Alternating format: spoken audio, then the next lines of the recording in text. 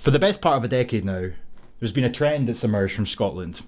Every single year, the population seems to reach a new high from the year previous, and each and every year, the same excuse is touted off for why this is the case.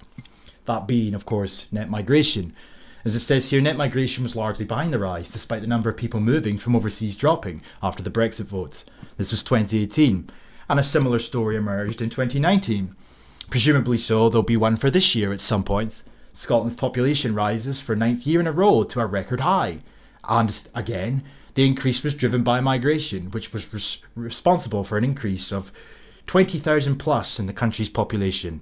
Every single year, Scotland's population increases in size, and it's not due to the Scottish people procreating, it's due to immigration.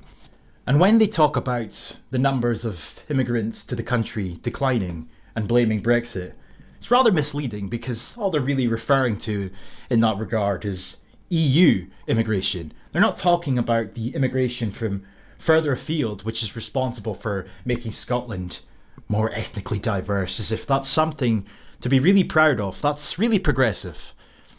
With researchers in 2014 finding that the populations of some minority groups had increased significantly faster in Scotland than in England, naturally because Scotland's population is less than that of London, but from a much lower starting point. The African, Indian and Caribbean populations were examples of groups in this category. Overall, experts found that diversity had increased in every local authority across Scotland. Glasgow and Edinburgh, every council ward saw an increase in diversity, the study found. Isn't that great? Isn't that progression? That brings us to Ben Fruit Picker McPherson, the immigration minister for the SNP, who on many occasions I've made videos on because on many occasions he grovels and panders and demands more immigration to this country, along with Nicola Thinlips. They're all at it. Despite the fact the population don't want it, the SNP, in case you haven't noticed, don't really give a shit about the native Scottish people. They don't even give a shit about their own voter base, considering the fact they win elections promising independence, only to shelf it, then continue proceeding down this road, which will inevitably end this country as we know it. So, Ben Fruitpicker McPherson was writing or talking to the Daily Record, and he had this to say: Scotland's NHS would have struggled during this so-called pandemic without massive contribution of our migrant workers. The same migrant workers, of course, that down in England, they were considering taking off the front line because apparently it was disproportionately affecting black people. Yeah, great contribution. They're making such a great contribution when I'm seeing endless videos of them dancing and making TikTok videos, including in my own hospital, Inverness, Raigmore Hospital. Yeah, they're making a great contribution in a country where we've only had around 2,000 deaths, leading me to believe that this pandemic you speak of is nowhere near as serious as you make it out to be. I mean, it's laughable enough when we hear wankers in England talking about the contribution migrant workers have made to Scotland during this so-called pandemic, but it's even more laughable to hear it coming from a dickhead representing or referring to Scotland in this context. So anyway, he goes on to talk about the Tories wanting to halt their plans. He wants the Tories, to halt their plans to block so-called low-skilled workers from being able to make Scotland their home. Well, two things to note right off the bat. There is no so-called about it. A low-skilled worker means anybody from anywhere could effectively do their job. It doesn't require sufficient training and education to do so. Somebody coming over here to pick fruit, for example, you don't need qualifications for such a job. Somebody coming over here to pull pints, you don't need a qualification for that. And the only people that wish immigrants to make Scotland their home are presumably immigrants, Rainbow Unicorn delegates, and their cult members. The majority of the population do not want it. The majority of the population have consistently showed you they do not want it, which the poll I showed last time in the video I made regarding something similar, the last poll that I'm aware of, unless there's been an up-to-date one, but it says more Scots think immigration levels are too high, but the SNP says Scotland welcome to all. This is a consistent theme. Nobody wants immigration at the levels the SNP speak of. Nobody wants the current trends of immigration to continue. So while you brag about enrichment, and while you brag about progression, cohesion and diversity, why don't you take a step back and realise to yourself just who you're supposed to be representing, you bald dick. So anyway, he goes on to say that Scotland's NHS would have struggled during the so-called pandemic without the massive contribution made by workers from overseas. Ben McPherson has written to the UK government urging them to recognise the crucial importance of migrants in delivering essential frontline services north of the border. The SNP MSP wants Home Secretary Priti Patel to halt planned immigration reforms, as he claims they will cause long-term economic damage to Scotland. Any excuse the SNP can conjure up, they will use to try and get either one of two things: a U-turn on any so-called plans to end freedom of movement, or so they can have their own ability to dictate who can and cannot come into this country, preferably everybody, if the SNP had their way. They've been at this shit for years. I've covered it for years. Other people have probably done the same thing. But there's another article from Ben McPherson, just in February or January time. Ben McPherson, the Scottish Government Migration Minister, accused the Conservative government of engaging in dog whistle politics because, you know, he's implying they're far right. Yeah, because you're far right if you want a reduction in immigration. The proposals, which will bring about the end of freedom of movement for people, are incredibly worrying and concerning. McPherson said these proposals from the UK government are nonsensical and will be incredibly damaging in the short term, and really make it challenging for us to deal with our demographic challenges in the medium and longer term. So there we go again, folks. We have the SNP Immigration Minister openly referring to replacement migration. Call it what you will. But this needs to become clearer for people, because I'm not entirely sure it's getting through to them. If you're not having children and they want immigrants to come here to have children on your behalf, it's inevitable, numerically speaking, mathematically speaking, in demography terms, that there will come a point where you will become a minority in your own country. There will come a point where the tides will turn. The demographics will shift. The UK government is really engaging in dog whistle politics here by painting immigration as a negative concept, which we have all been enriched financially and culturally by inward migration, and it is incredibly important for our future. Now, anybody that's paid any length of time paying attention to the SNP, how many times have they referred to GDP not being the only thing to identify a country in terms of its health and its progress and the happiness of its citizens, etc. They want to move away from the idea and the concept of GDP, but here we have them again trying to make some economic argument for immigration. Importantly, any argument that could be made economically speaking, the immigration to this country, the immigration to the UK as a whole, has had a detrimental impact on society. And I'm pretty sure if you were really a man of your word and you cared about the people you claim to represent, that should take precedent, that should take priority over any economic advantages that may or may not occur from immigration.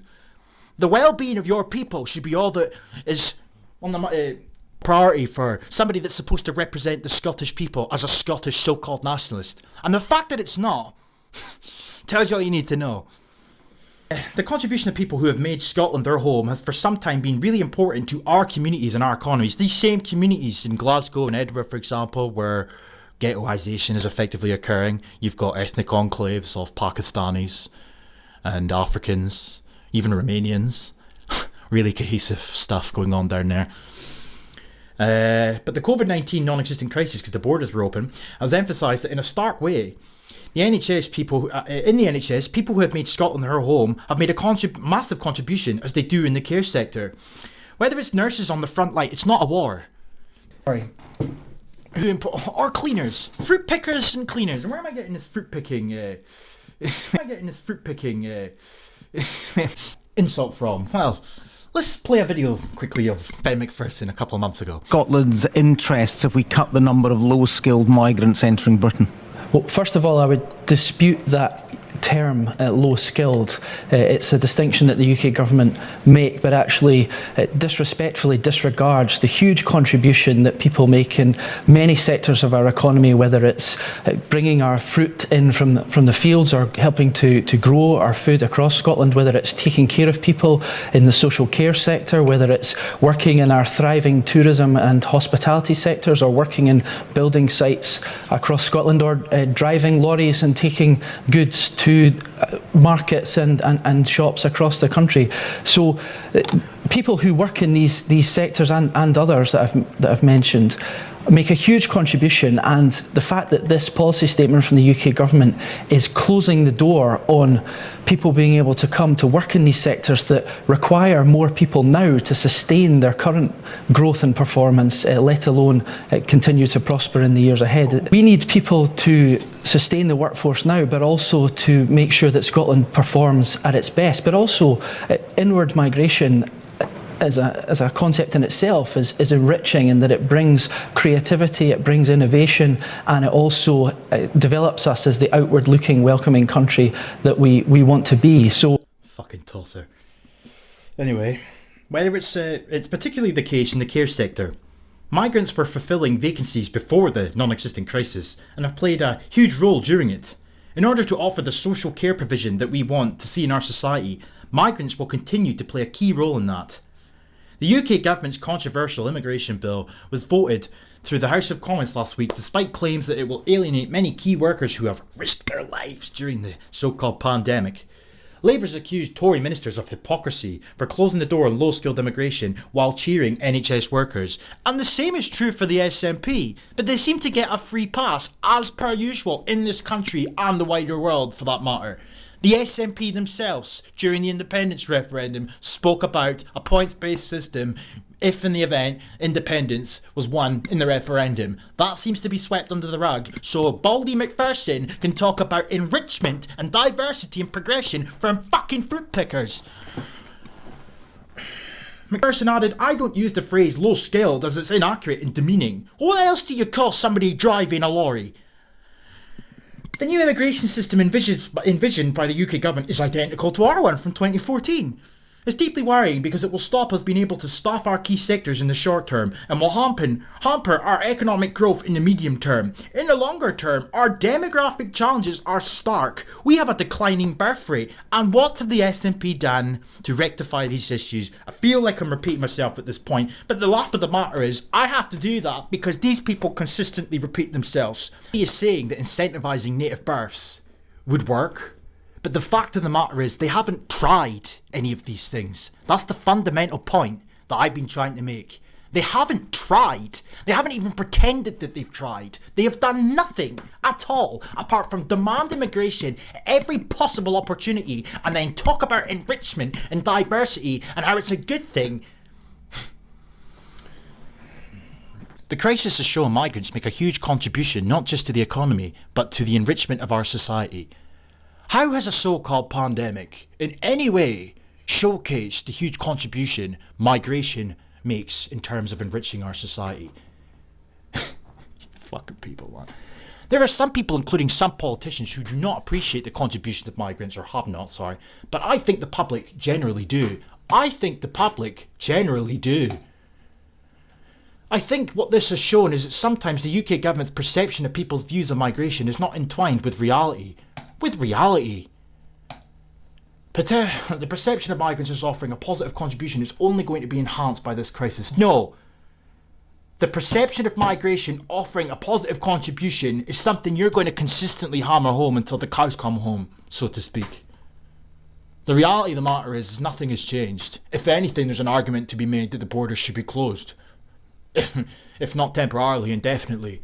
Because realistically, a virus that supposedly started in China found its way to Scotland, and that had to be via air travel, via migration, via tourism, whatever it may have been. There's an argument to be made there, Benny boy. Pretty good one too.